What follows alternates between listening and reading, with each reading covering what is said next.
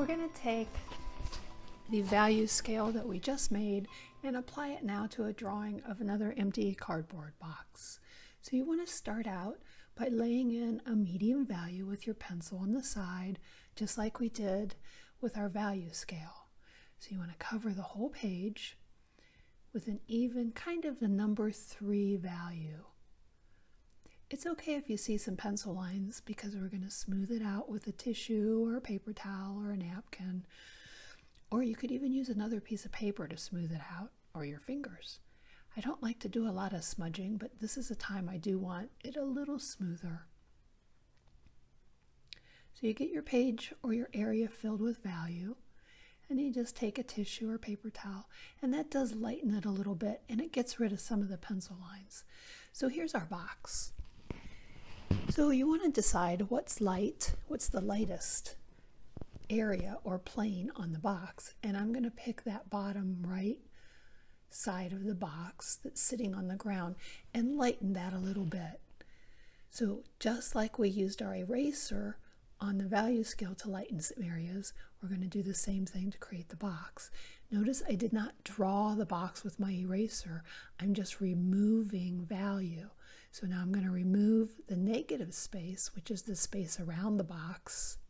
I'm going to remove that value. Clean that up a little bit. And now that whole side of the box is a bit darker.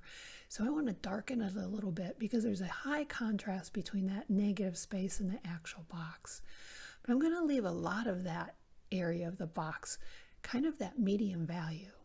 So there's my little shadow where the box is sitting on the ground and it's on a white table. So I'm going to leave the rest of the table white. I think I made that box a little too wide, so I'm going to get rid of some of the background there and eliminate it. So I'm subtracting value. Now I need to think about that box flap there.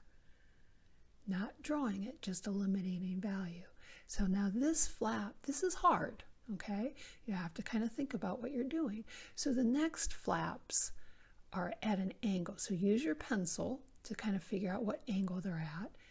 And I'm just erasing the negative space in that corner. Then I add or subtract more value. Here I'm adding a little more value using that flap. Now the inside of the box is probably the darkest area. So go ahead, and then I'm just going ahead and darkening that area, the inside of the box, and that's going to give you a lot of definition in your box. See how we see that flap now? That negative space, or what's not the flap, is forming the flaps of your box. It's kind of like magically appearing as you work, but you have to be patient and you have to really look for those values. Now I see the inside of the box, and there's the corner. See the flaps appearing? So I kind of figure out the angle, and then I'm erasing away the lighter value or the negative space. And now that flap kind of appears. Isn't that cool?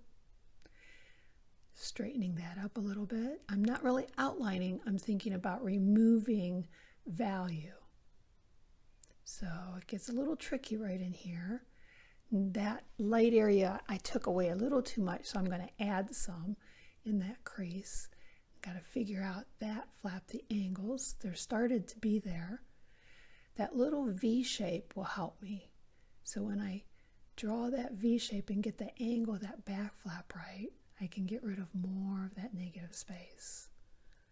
So can you see the flap starting to happen now?